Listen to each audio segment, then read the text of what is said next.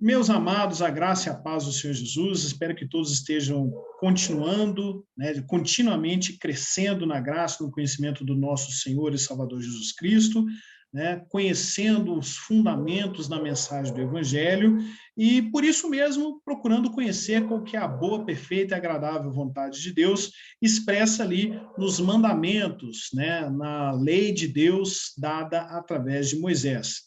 Bom, já vou compartilhar a tela aqui com vocês então, relembrando sempre que essa aula é uma aula de apoio, né, em relação aí à aula presencial no templo, que acontece todos os domingos na parte da manhã, e a gente está estudando então aí os mandamentos da Torá, os 613 mandamentos dados a Moisés.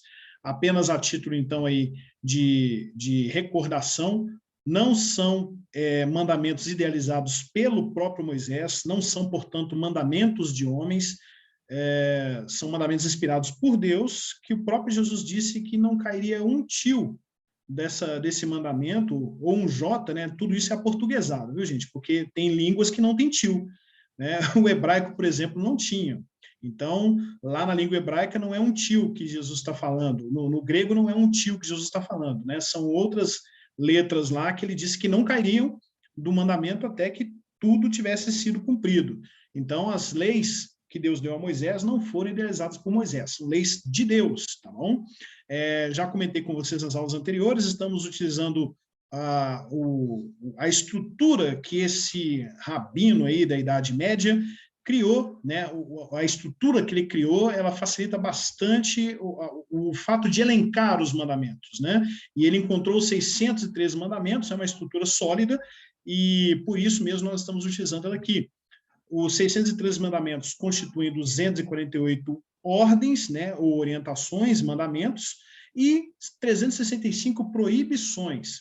Sugeria a você a pegar um caderno, montar aí a sua tabela, né, com pelo menos 3 colunas, onde você coloque as ordens primeiro dos mandamentos, né, enumerando aí do 1 ao 248, salta uma folha para poder ter uma separação física ali no seu caderno, ficar bem arrumadinho, né? E passa a enumerar de 1 a 365 para falar das proibições, né? Faz isso aí para poder ficar ajustadinho. Comentamos aí do sistema penal e do quão difícil é cumprir uma pena capital dentro dos mandamentos. Embora a lei preveja a pena de morte para algumas transgressões, para algumas violações, era praticamente impossível cumprir essas penalidades, né? Que é o do apedrejamento, a queima, a decapitação e o estrangulamento. Essas são as penas capitais, ou seja, sentenças de morte. E aí, se você quiser verificar aí quais eram as exigências para que essas penas fossem cumpridas, dá um pulo nas aulas anteriores, né? Sobretudo aí a aula de número 1, a aula de número 3, né? E a aula de número 4 aí para trás, tá joia? Deus continue abençoando a sua vida para poder compreender esses detalhes e não fazer como o Marcião fez. E eu comentei dele na última aula com vocês. O Marcião entendia que o Deus do Antigo Testamento era muito mau, em virtude aí da dureza, né, com que se determinava, e com que se punia alguns comportamentos contrários à lei. Prossigamos, então, com os mandamentos que nós vimos na última aula, o de assemelhar-nos a Deus, né, procurar ter os mesmos atributos comunicáveis que Deus tem, o fato de apegar-nos a Deus, né, a grudarmos nele, segurar os mandamentos, os princípios que ele nos ensina, sustentar nossa fé nele e não largar de jeito nenhum, é um mandamento. O fato de amar o próximo, e com isso nós verificamos que Jesus não estava inovando enquanto estava pregando, e como profeta ele não poderia ser entendido como um falso profeta, porque o que ele ensinava era embasado na lei de Moisés, não contrariava a lei de Moisés, tá bom? Diego, mas se a gente for ali em Mateus 5, 6 e 7, a gente vê Jesus praticamente contrariando tudo que a lei diz. Não. Jesus está ali removendo princípios humanos que são utilizados na interpretação dos fariseus e dos escribas, né, a respeito dos mandamentos de Deus, e colocando, né, trazendo de volta o cerne do pensamento da lei de Deus, de volta para o caminho que deveria estar. Né? Saiba você, por exemplo, que a guarda do sábado ela era desejada por todos os judeus, mas colocaram tantas regras, acho que são 39 regras que devem ser seguidas para guardar com eficiência o sábado. Né? A gente até entende, o Paulo fala isso, olha, meu povo é muito zeloso pela lei, mas guarda a lei sem ter conhecimento, porque não entende que Cristo é o prometido, né? Jesus é o Cristo prometido. E então o próprio Paulo reconhece o zelo dos judeus em guardar essas leis. E eram tão zelosos que, com medo de quebrar o sábado, por exemplo, não podia curar um doente, podia, no máximo, manter ele na situação estável. Não podia cuspir no chão, porque isso aí poderia fazer germinar uma semente, e isso representaria o ato de plantar no sábado. Jesus foi acusado de quebrar o sábado porque ele e os discípulos passaram na beirada de uma cerca, pegaram ali uma espiga de milho e começaram a debulhar na mão. E isso aí, dentro do pensamento judaico, você não pode debulhar num sábado. Você não pode ter objetos no bolso, porque isso é carregar alguma coisa de um lugar para outro, e é uma obra, você não faz isso. Você não pode escrever, calcular no sábado, né? Porque isso é um trabalho, é uma atividade, embora seja intelectual, não se deve fazer no sábado. Eram tantas regras colocadas, por exemplo, para poder cumprir cada um desses mandamentos, que tornava um mandamento pesado de se cumprir. Né? Então, o entendimento de Jesus, ao dizer ali de Mateus 5, 6 e 7, que nós cristãos classificamos como ética do reino de Deus, ou seja, o comportamento ideal, a visão do que é certo para um filho do reino de Deus, você vê que ele está inteiramente alinhado com os mandamentos de Deus dados a Moisés. Tá? Então, essas aulas têm te convidado a observar o Antigo Testamento, principalmente a lei de Deus dada a Moisés, como algo positivo, e não algo que é contrário à vontade de Deus e que foi vencido, e que foi anulado, e que foi cancelado. Tá bom? Vamos prosseguir então aí, amor ao próximo. O próximo era amar o estrangeiro, por fim, não odiar uns aos outros. Mas, Diego, está muito claro que se eu amo alguém, eu não posso odiar, né? Faz sentido. E algumas vezes a gente nota isso nos mandamentos de Deus, que além dele ter uma orientação positiva sobre um assunto, só para reforçar, ele tem uma proibição também a respeito desse mesmo assunto. Então, às vezes, nós teremos dois mandamentos regulando a mesma coisa. Ame e não odeie. Esse é um deles. Então, daí você já começa a perceber o quanto isso é sério, né? O quanto a questão de odiar o próximo, odiar uma outra pessoa, é pesado e é deficiente em termos de estilo de vida, né? O fato de odiar o próximo, então, está contido aí nesse mandamento. Está muito claro aí a ordem, né? A ordem não, a proibição, que é: não guardem ódio contra o seu irmão no coração. Antes, repreendam com franqueza o seu próximo, para que, por causa dele, não sofram as consequências de um pecado. Então, se você vê o seu irmão falhando, mesmo que ele fale contra você, é mais fácil. Isso aí a gente vai ter uma orientação, é um mandamento que está dentro desse mesmo versículo aí, é uma ordem você ir lá e chamar a atenção dele. É uma ordem você ir lá e falar: não gostei. É uma ordem você ir lá e falar assim: olha, quando você fez assim, assim, assado, eu me senti dessa e dessa forma. Não gostaria que isso se repetisse. Isso é mais fácil porque você resolve a situação e os dois não entram em pecado. Ele de continuar falhando contra você e contra outros irmãos, né, pecando contra Deus e contra você, e você de ter desabafado ali na hora, né, com jeito, lógico, tem uma forma, né? A ordem de repreensão existe, mas existe um limite no desenvolvimento, no cumprimento dessa ordem, e isso te evita de guardar ódio no coração, né? Então, você não pode odiar. Está em Levítico 19, versículo 17. Uma pessoa não deve guardar para si aquilo que a desagradou, ela deve expor o que a incomodou. Não é para você chegar e botar no barraco, não, meu irmão. Né? O cristão tem que ter a ética do reino de Deus. Você tem que se conter para não explodir. Isso é uma coisa que está sob o seu domínio e a sua responsabilidade agir assim, tá bom? Você não pode guardar para si, mas não é chegar e detonar, destruir, quebrar tudo, não. Tem que expor que te desagradou com jeito, porque o ódio pode levar uma pessoa, o ódio, por enquanto, é um sentimento, é ruim apenas para você, mas é aquele animal ruim, né, que se você, o animal ruim não, é aquele sentimento ruim, que se você alimentá-lo, uma hora ele vai se transformar num monstro, tá? E ele pode te levar a desejar a vingança, a praticar a vingança. Mas não tem punição física para essa violação, né, de não odiar o próximo, porque é uma coisa que ainda não entrou no mundo da atitude, né? Ainda não virou uma ação. Como não virou uma ação, está apenas no campo dos sentimentos, não tem uma punição específica para isso. Você não chegou a agir para quebrar um mandamento. Você está violando, né? Mas essa violação, quem conhece é só você e Deus e as outras pessoas para quem você revelar os seus sentimentos. Principalmente esse sentimento tão vergonhoso que é o sentimento de odiar alguém, tá? O próximo mandamento aí, está no mesmo versículo, é de repreender o pecador. Tá? Então, você tem uma ordem clara, olha ela reforçada aí no mesmo versículo, ó, não guardem ódio contra o seu irmão no coração, antes repreendam com franqueza o seu próximo, para que por causa dele não sofram as consequências de um pecado.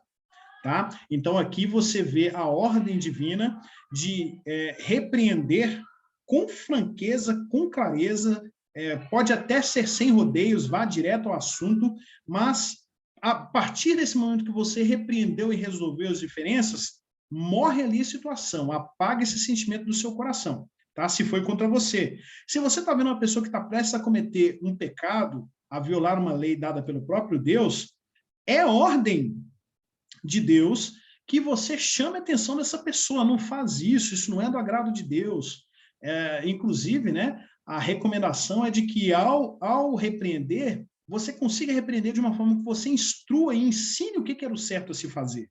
Olha as considerações a respeito. A repreensão tem o papel de tentar desviar o pecador do caminho do mal e trazê-lo novamente ao caminho correto. Então, se você está estourando com o seu próximo, só para dizer que você não leva desaforo para casa, meu irmão, tá errado, tá?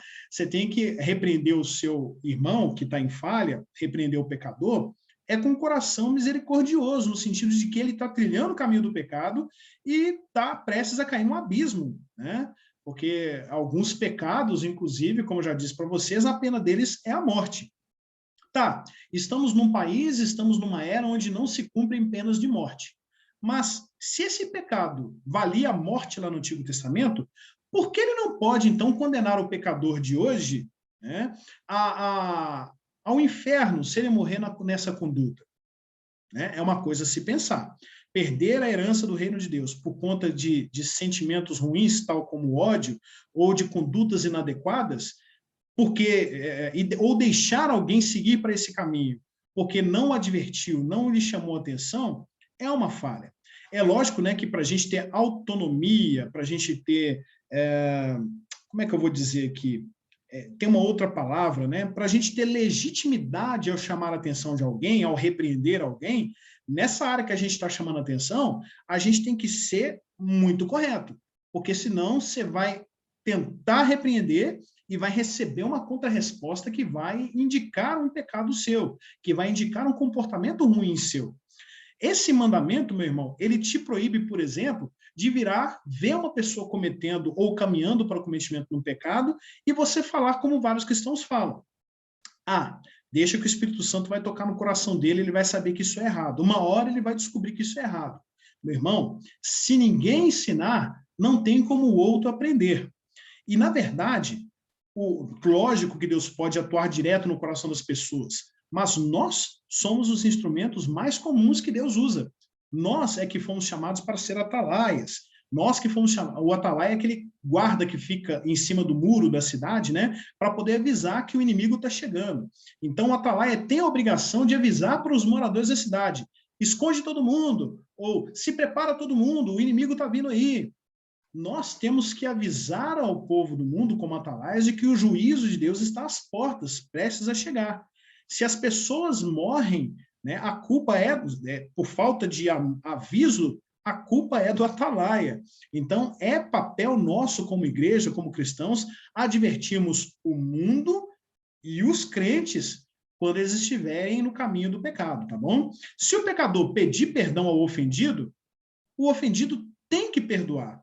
Então, liberar perdão é uma coisa importante, principalmente quando o pecador se arrepende. Se Deus perdoa o pecador que se arrepende, em que circunstância eu não devo perdoar?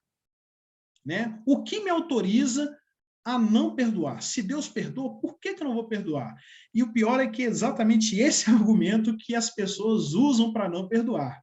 Eu não sou Deus, Diego, eu não perdoo. Mas você deveria se assemelhar a Deus, que era um mandamento que a gente estudou na aula anterior. Esse é um atributo que Deus tem e é comunicável, né? Então nós devemos seguir os passos de Deus. Nesse sentido aí, seguir os caminhos de Deus. Se Deus perdoa, eu também tenho que perdoar. E olha que isso foi para dentro da oração que Jesus ensinou, né? Perdoe as minhas dívidas ou as minhas ofensas, que é perdoar os meus pecados, assim como eu tenho perdoado a quem me tem ofendido, ou aos meus devedores, ou a quem peca contra mim. Então, se uma pessoa, ao ser repreendida, se arrepende, libera perdão, é bom para você e para ela, tá bom? Última observação aí, para os casos de pena de morte, a repreensão ou a advertência prévia é um requisito indispensável, eu já expliquei isso para você. Lá no início da nossa aula de hoje, eu comentei que muitas pessoas pensam que Deus é muito mau no Antigo Testamento porque mandava matar em algumas situações de violação da lei, né? Mas é preciso que essa pessoa que comete uma transgressão digna de morte, é preciso que alguém a repreenda antes, que alguém chame a atenção dela quando ela estiver prestes a cometer aquela falha. Né? É o suficiente, Diego? Não. É importante também, pelo entendimento judaico da implementação dessas penas, né, da execução dessas penas, que o pecador ouça a repreensão, entenda a repreensão e diga, vou fazer assim mesmo, é o que eu quero fazer. Então, essa pessoa é uma pessoa com coração de fato impuro, é uma pessoa com coração de fato profano, é uma pessoa realmente perversa. Por isso que a pena de morte é aplicada sobre ela. E quase não teve isso no Antigo Testamento. Tá, pessoal? Sigamos aí, ó. A repreensão deve ser amorosa, o mínimo dolorosa possível. Não se deve expor uma pessoa publicamente durante uma repreensão. É uma coisa que é dito hoje, né? O sábio ensina que, ao elogiar, você elogia em público. Né? Ao repreender, você chama no canto e chama atenção em particular. Expor uma pessoa para todo mundo não é saudável, não é bom, a não ser que isso seja em relação às coisas de Deus, a relação, a santidade, né? A relação da pessoa com Deus. Então, se uma pessoa ela é perversa no segmento da vontade de Deus, no seu relacionamento, se ela como é que eu vou dizer? Se ela falha de propósito nas coisas que se relacionam com a relação dela com Deus, ela pode ser chamada a atenção diante da congregação, né? Mas isso o Novo Testamento deixa bem mais claro que deve ser feito com relação aos presbíteros, aos líderes da congregação. Vai dizer o seguinte, olha, não aceite acusação contra o presbítero, senão com 2 ou 3 testemunhas. Tá? Agora, se é para poder submeter o presbítero, que é uma liderança, se é para submeter ele à disciplina, que seja na frente dos demais, né? Para que todos saibam que se exige mais de um presbítero, para que todos saibam que ele tem uma obrigação maior do que os demais. E presbítero, meu irmão, não quero falar apenas de um cargo de igrejas que possuem presbítero, não. É a liderança.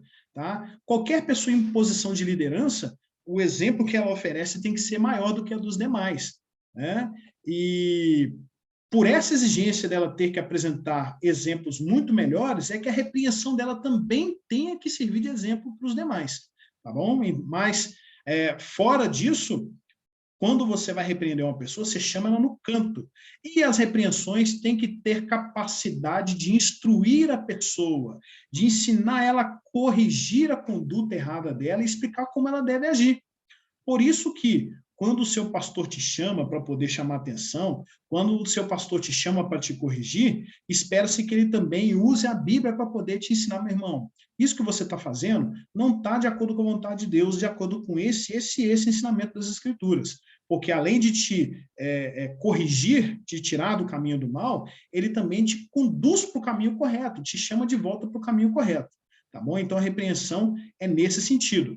Isso está muito casado, olha só, é a terceira regra que nós vemos dentro do mesmo versículo. E essa é o último mandamento que a gente vê nessa aula. Olha, na verdade é uma proibição, né? Proibição de número 303. Não envergonhar ninguém. Você vai ver que isso não está claramente expresso dentro do versículo bíblico, tá? Mas é o que se depreende dele. Não guardem ódio contra o seu irmão no coração. Antes, repreendam com franqueza o seu próximo, para que, por causa dele, não sofram as consequências de um pecado. Não está claro aqui nesse versículo que você tem que evitar expor o seu irmão à vergonha. Entretanto, expor o seu irmão publicamente à vergonha é uma coisa que pode, na verdade, afastá-lo de uma vez por todas do caminho de Deus ou da vida em comunidade. E isso é importante dizer. A vida em comunidade era tanto para a comunidade de Israel como para a congregação, para a igreja hoje. O movimento dos desigrejados são aquele movimento feito por pessoas que não querem mais se reunir com outros cristãos em uma comunidade que a gente chama de igreja. Mas o termo igreja significa congregação, ajuntamento, assembleia de pessoas. São pessoas que se juntam numa finalidade comum, tá? E quando você tira uma pessoa da convivência da congregação, muitas pessoas já associaram isso aí na mente enquanto eu estou falando, é como você tirar uma brasa de carvão do meio dos outros carvões. Ela vai acabar se esfriando primeiro e vai deixar de ser brasa, tá? Tirar uma pessoa do convívio da congregação porque submeteu ela à vergonha, é muito danoso para a vida espiritual dela, e por isso depreende-se desse versículo que um dos mandamentos é de não expor uma outra pessoa publicamente à vergonha no ato da repreensão, tá bom? Mas não só isso, não exponha o seu irmão à vergonha de maneira nenhuma, tá, pessoal? Olha aí, ó, as repreensões não devem ocorrer em público, deve-se usar de palavras calmas e suaves. Isso é complicado, principalmente quando a pessoa peca contra você, quando ela te ofende e provoca em você os instintos mais humanos, né, de querer devolver na mesma altura. Tenta se segurar, meu irmão. É complicado, mas é um mandamento e é a proibição. A repreensão deve ocorrer quantas vezes forem necessárias, ou até que o pecador agrida o repreensor e diga que não vai dar ouvidos à repreensão dele. Na hora que partir para a ignorância e partir para a violência, aí sim é hora de deixar ele, abandonar ele à própria sorte. E não é isso que Jesus repete lá também? Senhor, quantas vezes eu tenho que perdoar quem peca contra mim? 70 vezes 7. Existem várias tentativas de colocar um fim nesse número, né? São 70 vezes 7 dá 490 vezes. Não, são 490 vezes por dia. Né? A forma mais aceita é de entender que esse número é simbólico, no sentido de dizer que quantas vezes te pedirem perdão, tantas vezes você vai perdoar. Tal como a gente fala, mas eu já te falei isso 1000 vezes. Você não contou de 1 até 1000, mas você falou inúmeras vezes. Né? Você já perdeu as contas de quantas vezes você falou. A mesma coisa, traz para a linguagem de hoje. Quantas vezes eu tenho que perdoar o meu irmão? Você tem que perdoar ele 1000 vezes. É de 999 mil? Não. Enquanto ele te pedir perdão, estiver disposto a te pedir perdão, você perdoe. Né? A repreensão, no mesmo caminho. Quantas vezes for necessário repreender uma pessoa, tantas mais você vai utilizar para repreender, porque é uma alma que você está desviando da destruição. E cada alma tem um valor incomensurável para Deus. Tá bom? No caso de um pecador repetitivo, relativo às coisas de Deus, esse aí deve ser repreendido em público, e isso aí a gente já comentou na aula anterior. Beleza, meus irmãos? Então, a gente encerra a aula de hoje com o mandamento anterior. O próximo a gente começa aí com não ser rude com crianças e órfãos. E aí tem uma coisa interessantíssima. Sobre esses aí, Deus assegura que houve a oração do pobre, da viúva e do órfão oprimidos, tá bom? Olha, forte abraço, Deus abençoe a sua vida, tenha uma boa semana, que Deus te guarde e te abençoe.